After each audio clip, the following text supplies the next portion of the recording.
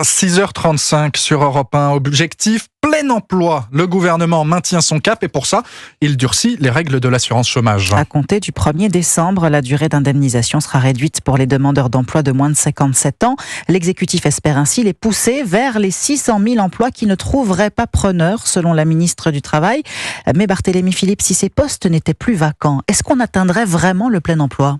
C'est ce que laisse croire le gouvernement, mais comme le rappelle l'économiste Bertrand Martineau, il y a beaucoup moins d'emplois vacants que de chômeurs. C'est pas en résorbant des emplois vacants qu'on arrive à revenir au plein emploi. Il faut mettre le nombre d'emplois vacants au regard du nombre de chômeurs, 2,3 millions de chômeurs. Il faut de la création nette d'emplois pour diminuer fortement le chômage. Par ailleurs, pourvoir l'intégralité des emplois disponibles, c'est tout simplement impossible, selon l'économiste Éric Heyer. Il y a toujours un volet d'emplois à pourvoir. Ces offres d'emploi un peu frictionnelles, on ne descendra pas en dessous. C'est comme ça que l'appariement se fait entre l'offre et la demande. Enfin, une partie des emplois à pourvoir ne le sont plus. L'employeur a décidé d'arrêter la recherche et donc n'a pas indiqué dans les statistiques. Beaucoup de petites entreprises se lancent dans une embauche mais ne vont pas jusqu'au bout. En définitive, les chiffres officiels ne reflètent pas le nombre d'emplois véritablement disponibles. Laisser croire que pourvoir les emplois vacants va régler le problème du chômage est donc faux. Barthélémy Philippe du service économie d'Europe 1.